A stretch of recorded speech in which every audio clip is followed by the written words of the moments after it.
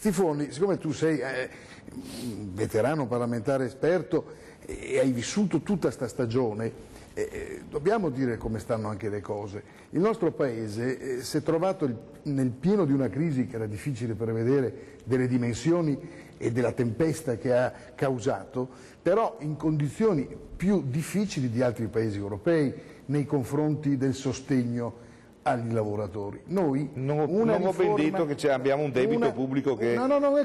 Solo.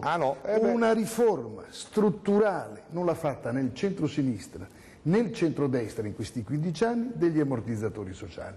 Noi abbiamo fatto, sia la destra sia la sinistra, un intervento a favore della mobilità, della flessibilità, ma la riforma strutturale degli ammortizzatori sociali di un paese moderno che rivedesse le vecchie condizioni di assistenzialismo sociale in funzione di questa nuova forma del mercato del lavoro, non le abbiamo fatte. E nell'impatto con la crisi, l'aspetto più debole della nostra società, che è il mondo del lavoro, la sta pagando. Ti do un po' ragione. Scusami, gli ammortizzatori sociali, secondo te, non funzionano in questo momento, in questo frangente? Ma gli ammortizzatori sociali, in un paese normale... Quando finiranno gli ammortizzatori sociali, quando finiranno le casse integrazioni fra qualche mese, allora è il problema. Allora è un problema di norme e di risorse, e di politiche di bilancio, di una forma diversa e strutturale della fiscalità. Quando finirà la cassa integrazione, ma non sono complete. Allora cosa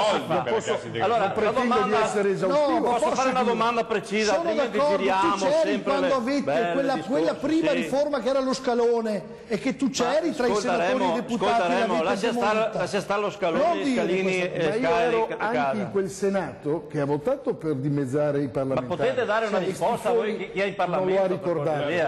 Quando finiscono io c'ero e l'ho votato. Perché hai ragione. Domanda concreta che si fa uno a casa che è in cassa integrazione. Quando finisce la cassa integrazione cosa faccio? Domanda che fa uno a casa. Risposta che diamo qua.